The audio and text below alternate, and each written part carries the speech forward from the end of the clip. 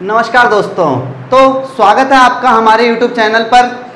आज दोस्तों हम आपके सामने माइक्रो इकोनॉमिक्स का एक नया चैप्टर डिमांड लेके आए हैं। तो डिमांड को समझने से पहले बच्चों आपको इसकी थोड़ी गहराइयों में लेके चलते हैं। डिमांड आखिर है क्या चीज़।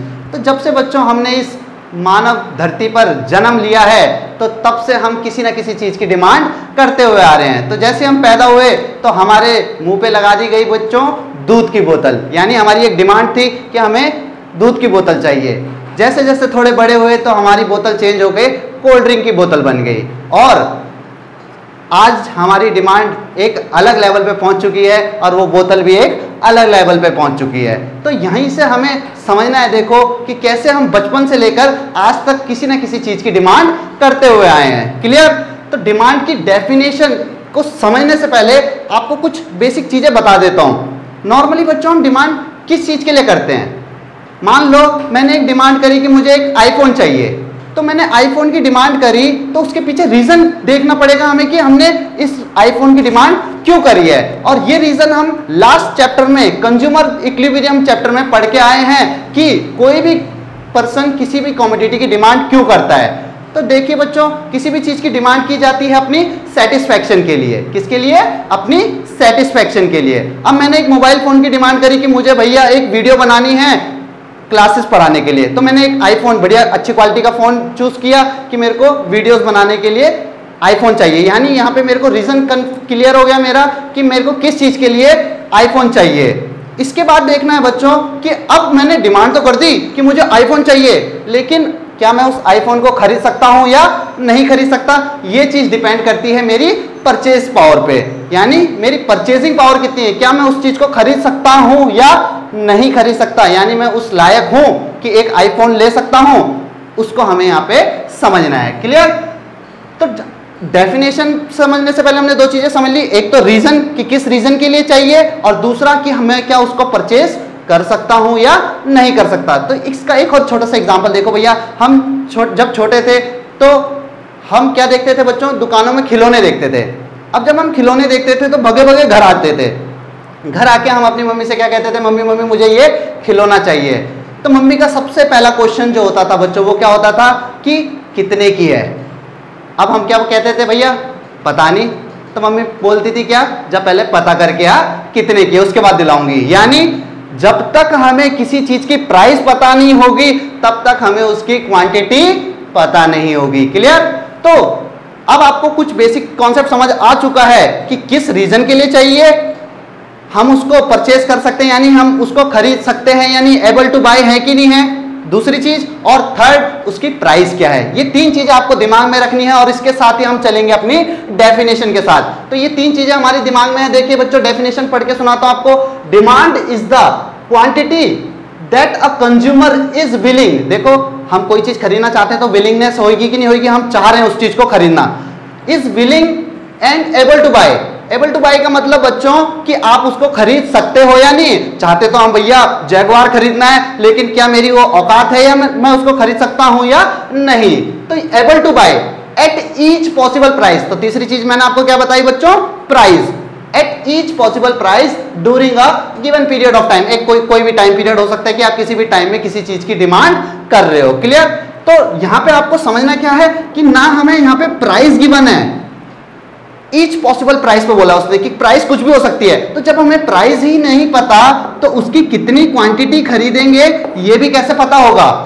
तो डिमांड नॉर्मली किसी भी चीज की आप डिमांड कर देते हो कि हाँ जी मुझे वो चीज चाहिए, कितनी चाहिए, कैसी चाहिए, वो सब पता चलेगा आपको कब, जब आपको उसकी एक प्राइस पता होगी। समझ आए मेरे प्यारे बच्चों।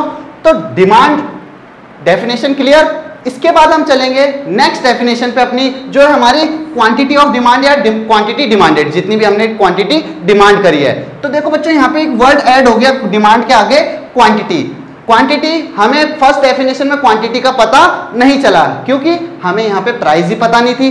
अब जब तक प्राइस पता नहीं तो क्वांटिटी नहीं पता, लेकिन जब हम दुकानदार से प्राइस पूछ के आ जाते हैं और मम्मी को बताते हैं मम्मी ये चीज इतने की है, तो अब डिसीजन किसका होता है, सारा मम्मी का होता है। अगर हमारे वो परचेजिंग पावर है, हम उसको परचेज कर सकते हैं तो मम्मी चीज दिलवा देती है, और अगर हम नहीं परचेज कर पाते तो भैया हमारी परचेजिंग पावर ना होने पे हम उसकी क्वांटिटी नहीं खरीद पाते। तो प्राइस पता होने पे हमें उसकी एक सर्टेन क्वांटिटी का पता चल जाता है। तो quantity of demand is the certain quantity of a commodity that consumer can by at a certain price, एक निश्चित कीमत पर। यानी आपको प्राइस पता चल गया है, अब प्राइस पता चलने के बाद उसकी एक सर्टेन प्राइस पे आपको एक सर्टेन क्वांटिटी का भी पता चल जाता है। तो दूसरा टॉपिक हुआ आपका quantity of demand. Demand normally किसी भी चीज की डिमांड करना, लेकिन क्वांटिटी ऑफ डिमांड उसको परचेज करना जब आपको एक गिवन प्राइस पता हो। क्लियर?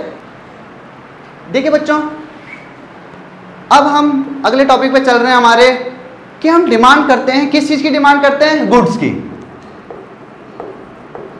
तो बेसिकली आपकी इकोनॉमी में दो तरह की गुड्स होती हैं, तो इन दोनों को समझना हमें एक एक करके, दोनों के बीच में डिफरेंस आ जाता है। बहुत इंपॉर्टेंट क्वेश्चन है, 3 नंबर या 4 नंबर में क्वेश्चन बनता है मेरे प्यारे बच्चों। टाइप्स ऑफ गुड्स, यानी दो तरह की गुड्स हैं आपके सामने, एक नॉर्मल गुड्स और एक इंफीरियर गुड्स। नॉर्मल गुड और इंफीरियर गुड, सबसे पहला डिफरेंस इनके बीच में या डेफिनेशन समझ लेते हैं हम इसको। नॉर्मल गुड, दोनों ही गुड्स को हमें अपनी इनकम के साथ रिलेट करना होता है। क्यों भैया? कोई भी गुड परचेज कर रहे हैं तो एक पर्सन की इनकम देखी जाएगी कि उसके पास कितना पैसा है, इस इनकम के साथ हम दोनों गुड्स को रिलेट करेंगे। तो नॉर्मल गुड्स बच्चों बेसिकली वो गुड्स होती हैं जिसका आपकी इनकम के साथ पॉजिटिव रिलेशन होता है। कैसा रिलेशन होता है मेरे प्यारे बच्चों? पॉजिटिव रिलेशन, यानी आपकी इनकम की इंक्रीज होने पर हम इन गुड्स की डिमांड को क्या करते हैं? इंक्रीज कर देते हैं, और आपकी इनकम डिक्रीज होने पे हम इन गुड्स की डिमांड को डिक्रीज कर देते हैं। There is a positive relation between income and normal goods.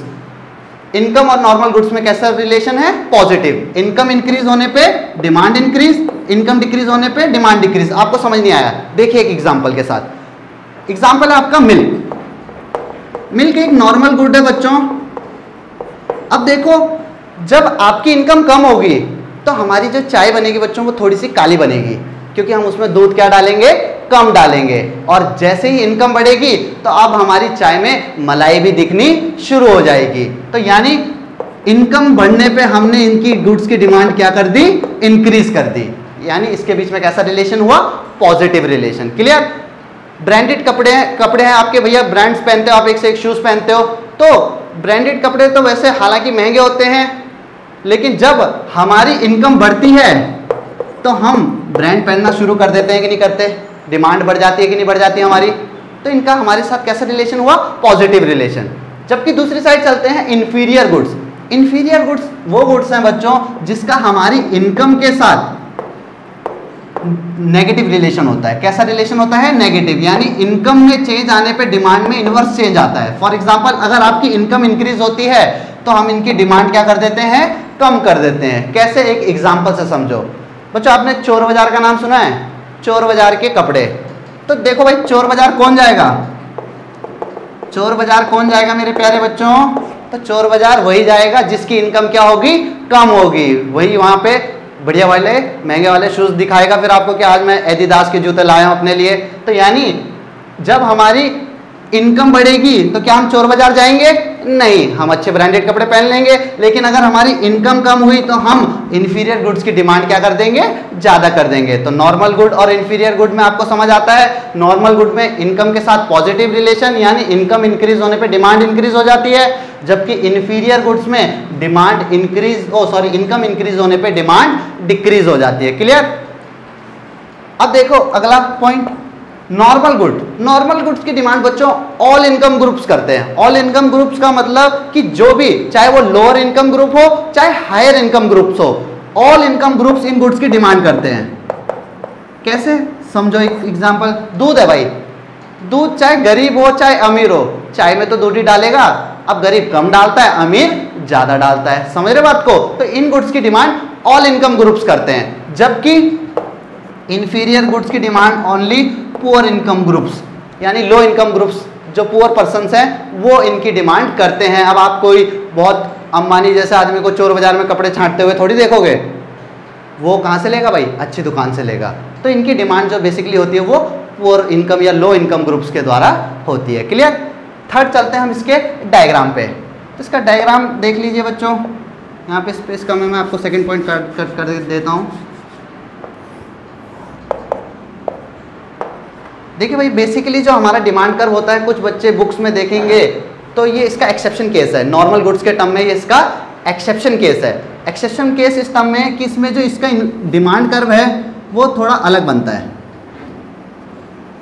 यहाँ पे डिमांड कर लेते हैं, यहाँ पे इनकम, एक्स एक्सिस और वाई एक्सिस में क्या शो कर रहे हो बच्चों, ये लिखना बहुत ज़्यादा जरूरी है। हाफ मार्क्स इसके कट जाते हैं भैया, याद रखना आपको कि ये गलती ना हो आपकी, ठीक है। तो हमने कहा कि जब हमारी इनकम इंक्रीज हुई, मान लेते हैं हमारी इनकम थी वाई, तब हम डिमांड कर रहे थे एक्स, हमारी इनकम इंक्रीज हुई y1 हुई, तो हमने इन गुड्स की डिमांड भी क्या कर दी, ज़्यादा कर दी, क्योंकि there is a positive relation. तो ऐसे में आपको जो डिमांड कर्व मिलेगा मेरे प्यारे बच्चों, वो कुछ इस प्रकार का मिलेगा। अब इसका जो स्लोप है, इस डिमांड कर्व का जो स्लोप है बच्चों, ये पॉजिटिव स्लोप है, और normally demand curve negative slope का होता है। ये इसका एक्सेप्शन केस में आता है कि इसका पॉजिटिव स्लोप है। क्लियर? तो कोई आपको बोले कि डिमांड कर्व तो नेगेटिव होता है, तो कुछ उसके एक्सेप्शन केस बनते हैं, जैसे normal goods, Giffen goods. Giffen goods क्या है वो मैं आगे आपको समझाऊंगा। अगला दूसरा है बच्चों इंफीरियर गुड्स। इंफीरियर गुड्स आपका वाई एक्सिस में इनकम आ गया, एक्स एक्सिस में उसकी क्वांटिटी ऑफ डिमांड लिख दो। अब जब इनकम ज़्यादा थी तो हम इन गुड्स की डिमांड कम कर रहे थे कि चोर बाजार क्यों जाएंगे भाई जब हमारी इनकम ज़्यादा है। और जैसे ही हमारी इनकम कम हुई तो हमने चोर बाजार जाना शुरू कर दिया, ब्लैक एंड वाइट टीवी देखना शुरू कर दिया। क्लियर? तो हमारी डिमांड बढ़ गई कब, जब हमारी इनकम डिक्रीज हुई। तो इनकम डिक्रीज होने से डिमांड इंक्रीज हुई, तो ऐसे में जो आपको एक कर्व मिलेगा, ये डिमांड कर्व जो बना है बच्चों, ये नेगेटिव स्लोप का बना, क्योंकि यहाँ पे इनकम और डिमांड में इनवर्स रिलेशन है, जबकि यहाँ पे कैसा रिलेशन है, पॉजिटिव रिलेशन। क्लियर? तो डिफरेंस समझ आता है आपको। नॉर्मल गुड्स वो गुड्स जिन गुड्स के इनकम के साथ हमारा पॉजिटिव रिलेशन होता है, जबकि जिन गुड्स का हमारी इनकम के साथ नेगेटिव रिलेशन होता है उन्हें हम इंफीरियर गुड्स कहते हैं। क्लियर? तो ये आपका टॉपिक क्लियर। नेक्स्ट टॉपिक पे चलेंगे हम। तो बच्चों हमारा नेक्स्ट टॉपिक है रिलेटेड गुड्स, हिंदी में कहते हैं इसे संबंधित वस्तु। तो संबंधित यानी एक दूसरे के साथ यहाँ पे क्या है, संबंध, आपस में वो रिलेट है। अब संबंध कैसे होता है मेरे प्यारे बच्चों, x और y दो गुड्स हैं, इनके बीच में कुछ संबंध यानी रिलेशन है, जिसकी वजह से हम इन्हें कौन सी गुड्स कह रहे हैं, रिलेटेड। संबंध कैसा संबंध बच्चों, एक में चेंज आने से दूसरे में क्या आता है, चेंज आता है। फॉर एग्जाम्पल के तौर पे आपको एक छोटा सा एग्जाम्पल समझाता हूँ बच्चों। तो हम एक गेम खेलते हैं कि आज बाबू ने खाना खाया या नहीं खाया, तो x ने खाना नहीं खाया तो y पे इसका इफेक्ट पड़ेगा कि भैया वो भी खाना नहीं खा रहा। समझ रहे मेरे प्यारे बच्चों बात को? तो यहाँ पे ये दोनों क्या हो गए, आपस में रिलेटेड हो गए। ऐसे ही हमारी लाइफ में कई सारी गुड्स ऐसी होती हैं जिनका आपस में रिलेशन होता है कि अगर एक की प्राइस में चेंज आ जाए तो दूसरे की डिमांड में क्या आता है, चेंज आ जाता है। कैसे? एग्जाम्पल के तौर पे देख लो, अभी बिजली महंगी होगी, तो बिजली महंगी होगी तो हम क्या करेंगे, एसी चलाना बंद कर देंगे। मम्मी आपको गालियां देना शुरू कर देंगी कि भैया घर बैठे बैठे तुम कोरोना काल में बिजली का बिल बढ़ा लो। पेट्रोल महंगा हुआ तो हमने बाइक चलाना बंद कर दी। तो देख रहे हो ये गुड्स क्या है, आपस में रिलेटेड है। तो सबसे पहला आपको एग्जाम्पल जो बताया गया है कि रिलेटेड गुड्स वो गुड्स होती है जो आपस में किसी न किसी तरह से रिलेट होती हैं और एक का इफेक्ट, एक में चेंज आने से दूसरे पे भी इफेक्ट पड़ता है। क्लियर? तो हम इसको और अच्छे से समझेंगे। इसके दो टाइप्स में, एक है सब्स्टिट्यूट गुड्स और एक है कॉम्प्लीमेंट्री गुड्स। देखिए बच्चों क्या है सब्स्टिट्यूट गुड और क्या है कॉम्प्लीमेंट्री। सब्स्टिट्यूट गुड्स ऐसी गुड्स है, नाम से पता चल रहा है, सब्स्टिट्यूट, हिंदी में कहेंगे इसे स्थानापन्न। स्थानापन्न यानी एक के स्थान पर दूसरे का प्रयोग में लाया जाता है, यानी एक की जगह दूसरे को सब्स्टिट्यूट किया जा सकता है। और ऐसी कौन सी चीज है, हम सुबह भैया उठते हैं चाय पीते हैं, तो चाय में जो यूज होता है भैया, चाय को ही ले लो आप, चाय पी रहे हैं, एक चाय होती है मेरे प्यारे बच्चों और एक होती है कॉफी। मान लेते हैं कल को चाय की कीमतों में उछाल आ जाए, कीमत बढ़ जाए, चाय महंगी हो जाए, तो भैया हम इससे बढ़िया कॉफी पी लेंगे। कॉफी का टेस्ट भी अच्छा और चाय के कंपेयर में आपको उसी प्राइस पे आपको कॉफी मिल जाए, तो हम डिमांड किसकी बढ़ा देंगे, कॉफी की बढ़ा देंगे। तो देखो एक रिलेशन हुआ कि नहीं हुआ स्टैब्लिश यहाँ पे, तो इन्हें हम कौन सी गुड्स कहते हैं, रिलेटेड गुड्स। और रिलेटेड गुड्स में कौन सी गुड्स, सब्स्टिट्यूट, जो एक दूसरे को सब्स्टिट्यूट कर रही है। तो चाय की जगह क्या कर रहे हैं हम, कॉफी को प्रेफर कर रहे हैं। एक और एग्जांपल, चीनी की जगह गुड़। चीनी है, चीनी भैया महंगी हो जाती है, आपको पता है 34-35 रुपए किलो आजकल चल रही है। और मान लेते हैं अगर चीनी के प्राइस बढ़ जाएं, तो मम्मी देख रहे हो कोई शरबत बनाएगी तो उसमें चीनी कम डालती है, फिर हमें टेस्ट भी नहीं आता, तो हम क्या करेंगे, उसकी जगह गुड़ की डिमांड बढ़ा लेंगे, क्योंकि गुड़ चीनी के कंपेयर में सस्ता मिलता है। क्लियर? तो देखो आपस में ये क्या हो रही हैं, सब्स्टिट्यूट हो रही है, एक की जगह दूसरे को हम इस्तेमाल में ला सकते हैं। जबकि दूसरी तरफ चलते हैं कॉम्प्लीमेंट्री गुड्स, हिंदी में कहते हैं इसे पूरक वस्तु। अब कॉम्प्लीमेंट्री गुड्स में देखो एक वर्ड आ रहा है कॉम्प्लीमेंट। कॉम्प्लीमेंट यानी कंप्लीट, जो एक दूसरे को कंप्लीट करती हैं, एक के बगैर दूसरे का कोई यूज नहीं है, ऐसी गुड्स को हम कॉम्प्लीमेंट्री गुड्स कहते हैं। फॉर एग्जांपल, मैंने आपको बोल दिया कि आपके पास बाइक है लेकिन उस बाइक में पेट्रोल नहीं है, तो क्या हम उस बाइक में धक्का मारेंगे? नहीं। मैंने बोला भैया आपके रूम में एसी है लेकिन आपके लाइट नहीं आ रही, तो क्या हम उस एसी से हवा खा सकेंगे? बिल्कुल नहीं। तो यहाँ पे बिजली और एसी आप इसमें कॉम्प्लीमेंट कर सकते हो कि एक साथ यूज में लाई जा रही हैं। आपके पास मैंने पेन दिया लेकिन उसमें इंक नहीं है, तो क्या उसका यूज कर सकते हो? बिल्कुल नहीं। तो इंक और पेन, तो इंक और पेन देखो बच्चों एक दूसरे के साथ यूज में लाई जाती हैं, यानी एक दूसरे को कंप्लीट करती हैं, उन्हें हम कॉम्प्लीमेंट्री गुड्स कहते हैं। क्लियर? अब देखेंगे भाई इधर सेकंड डिफरेंस कि इनकी प्राइस और डिमांड में पॉजिटिव रिलेशन होता है। पॉजिटिव रिलेशन कैसे बच्चों? अगर एक की प्राइस बढ़ती है, हमने देखा चीनी महंगी हुई तो हमने उसकी जगह डिमांड किसकी बढ़ा दी? गुड़ की बढ़ा दी। तो एक की प्राइस बढ़ने से दूसरे की डिमांड इंक्रीज हो गई, तो ये कैसा रिलेशन हुआ? Positive relation. तो यहाँ पे आपको पॉजिटिव रिलेशन देखने को मिलता है। जबकि दूसरी तरफ अगर मान लेते हैं पेट्रोल और कार, अगर पेट्रोल के प्राइस बढ़ जाए, क्या हो जाए मेरे प्यारे बच्चों? पेट्रोल के प्राइस राइज हो जाएं, बढ़ जाएं, तो हम कार की डिमांड क्या कर देंगे? कम कर देंगे। तो ये कैसा रिलेशन हुआ? इनवर्स, यानी इनके बीच में नेगेटिव रिलेशन होता है। समझ आता है सबको? पॉजिटिव रिलेशन और नेगेटिव। थर्ड बनाएंगे हम, इसका एक डायग्राम बनाते हैं। तो डायग्राम जरा समझने के लिए इस एग्जाम्पल को साफ कर लेते हैं हम। जरा ध्यान से समझना, ये भी इसके एक्सेप्शन केस में आता है। नॉर्मली इसमें जो डिमांड कर बनता है बच्चों वो पॉजिटिव स्लोप का बनता है। कैसे? देखो, क्वांटिटी ऑफ कॉफ़ी, कॉफ़ी की हम क्वांटिटी देखेंगे, और यहाँ पे प्राइस ऑफ टी, टी के प्राइस देखेंगे। तो जब टी के प्राइस कम थे तो हम कॉफ़ी कम खरीद रहे थे, लेकिन जैसे ही टी के प्राइस बढ़े हमने कॉफ़ी की डिमांड क्या कर दी? ज़्यादा कर दी। ऐसे में हमें एक कर मिलेगा जिसे हम डिमांड कर कहेंगे, और यहाँ पे हम प्राइस किसकी ले रहे हैं? टी की। टी की प्राइस ज़्यादा होने पे हमने डिमांड किसकी बढ़ा दी? कॉफ़ी की। तो एक पॉजिटिव स्लोप का आपको डिमांड कर मिला, ये आपका थर्ड डिफरेंस हो गया। जबकि दूसरी साइड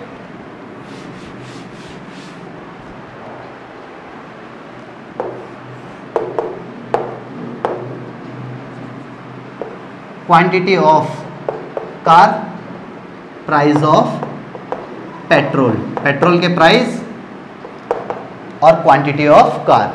तो देखिए जब प्राइस ऑफ पेट्रोल बच्चों ज़्यादा थे तो हम कार की डिमांड क्या कर रहे थे? कम कर रहे थे। लेकिन जैसे ही प्राइस कम हुए पेट्रोल के, अभी देखे थे आपने प्राइस कितने ज़्यादा बढ़ गए थे, डीजल पेट्रोल से महंगा हो चुका था, तो ऐसे में हमने कार की डिमांड क्या कर दी थी? कम कर दी थी।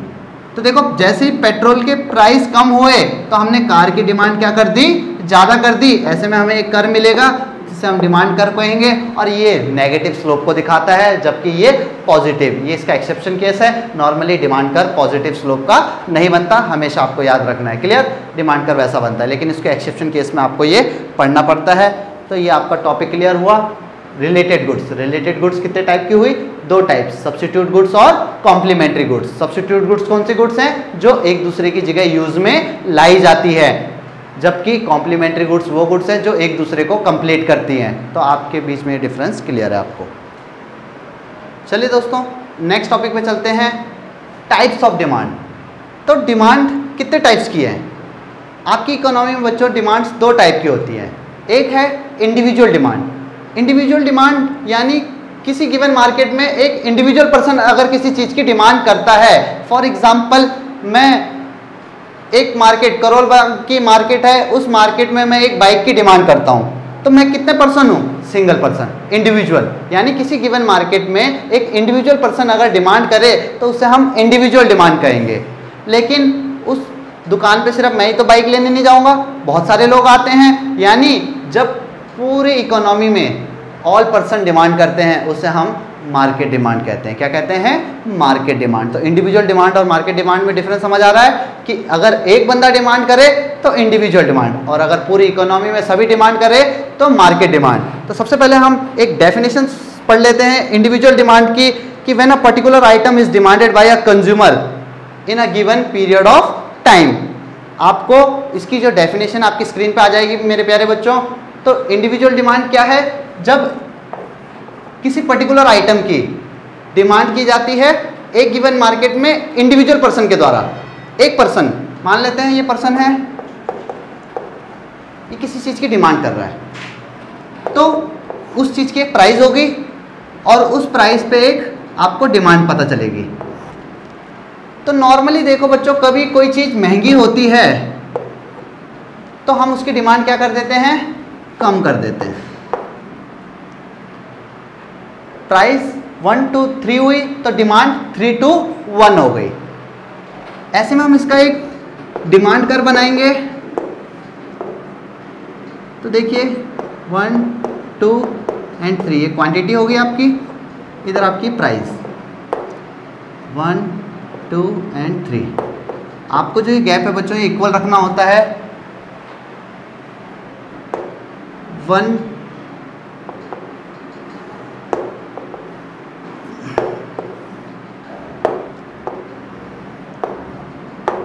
ये कर्व आपके सामने आया है, इसे हम क्या कहेंगे बच्चों? Individual demand curve. यानी यहाँ पे सिर्फ एक पर्सन है, उसकी डिमांड को देखा जा रहा है। इंडिविजुअल की डिमांड, ये इंडिविजुअल डिमांड शेड्यूल हो गई और ये इंडिविजुअल डिमांड कर्व हो गया। क्लियर? तो डेफिनेशन आपकी स्क्रीन पे आ चुकी है कि when a particular item is demanded by individual person in a given market, so it is called individual demand. Second चलते हैं मार्केट डिमांड। तो मार्केट डिमांड को थोड़ा ध्यान से समझना हमें। देखो भाई, अगर एक बंदा डिमांड कर रहा है तो वो इंडिविजुअल डिमांड है, लेकिन एक से ज़्यादा हो गए, 2 और मोर देन 2। अगर आपकी इकोनॉमी में 2 या 2 से ज़्यादा बंदे किसी भी गुड्स की डिमांड करें एक पर्टिकुलर मार्केट में, तो उसे हम कहेंगे मार्केट डिमांड। स्क्रीन पे आपकी डेफिनेशन चल रही है। कितने पर्सन है यहाँ पे? 2 और मोर देन 2। अगर एक होगा तो वो इंडिविजुअल डिमांड हो गई, लेकिन एक से जैसे ही ज़्यादा हुआ, 2 हुआ, तो वो 2 क्या कहलाएगी? आपकी मार्केट डिमांड। और 2 से ज़्यादा तो कितने भी हो सकते हैं। तो आपकी इकोनॉमी में 2 और मोर देन 2 पर्सन जितनी भी डिमांड करते हैं उसे हम मार्केट डिमांड कहेंगे। इसको हम एक डिमांड शेड्यूल से समझेंगे। मार्केट डिमांड शेड्यूल देख लीजिए प्यारे बच्चों। तो demand of A, demand of B, और इसको ऐड करेंगे तो हमारा आ जाएगा मार्केट डिमांड। प्राइस हुई 1, 2, 3, प्राइस इंक्रीज हुई तो डिमांड क्या होती है? डिक्रीज होती है। इसमें थोड़ा चेंजेस करने के लिए हमने इसे 4, 3, 2 कर दिया। अब जब मार्केट डिमांड निकालेंगे तो इन दोनों को प्लस करेंगे। 3 + 4 7, 2 + 3 5, 1 + 2 3। ये होगी आपका मार्केट डिमांड शेड्यूल। अब इसी डिमांड शेड्यूल पे हमें डिमांड कर्व बनाने हैं।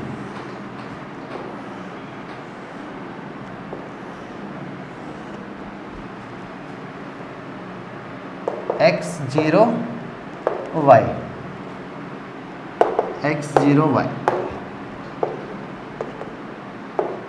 ये डिमांड कर्व क्वांटिटी ऑफ ए, ये ए का डिमांड कर्व बना रहे हैं हम।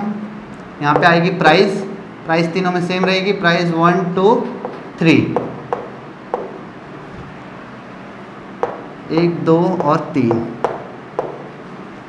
जब प्राइस 1 थी, सॉरी प्राइस 3 थी तो डिमांड हमारी 1 थी, प्राइस 2 हुई तो डिमांड 2, और प्राइस, ये आपका डिमांड ऑफ ए बन गया। अब सेम प्राइसेस को आगे लेके चलेंगे।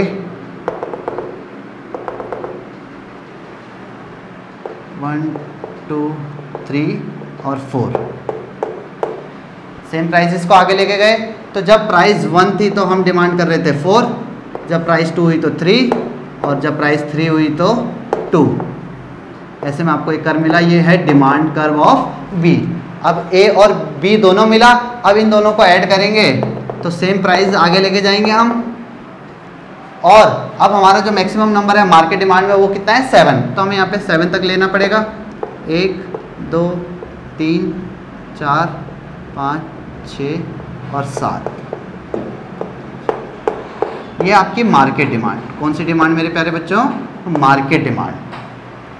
जब प्राइस 1 थी तो डिमांड हमारी 7 हो रही थी, जब प्राइस 2 हुई तो डिमांड 5 हुई, और जब प्राइस 3 हुई तो डिमांड 3 होगी आपकी। क्लियर? तो ऐसे में हमें एक कर्व मिलेगा जिसे हम मार्केट डिमांड कर्व कहेंगे। क्या कहेंगे? Market demand curve. तो ये आपकी मार्केट डिमांड शेड्यूल होगी और ये मार्केट डिमांड कर्व हो गया। क्लियर? तीनों चीज़ों को आपको एक सेम लाइन में बनाना है जिससे आपकी प्राइस जो है वो सेम तीनों में ही आप यूज़ कर सको, और तीनों का जो बेस है वो भी हमेशा इक्वल होना चाहिए, जिससे आपके जो प्राइस है वो एकदम करेक्ट सीधे मिले आपके सारी की सारी प्राइसेस। क्लियर? तो आपका टॉपिक खत्म हुआ इंडिविजुअल डिमांड और मार्केट डिमांड। इंडिविजुअल डिमांड का मतलब सिंगल पर्सन डिमांड करे, इसी में ही अगर हम सिर्फ इतना देखें इसको तो ये इंडिविजुअल डिमांड है, लेकिन इसमें अगर बी को भी ऐड कर दें तो वो मार्केट डिमांड बन जाएगा। क्लियर? तो ये आपका क्लियर है आज का टॉपिक। मिलते हैं आपको नेक्स्ट क्लास में।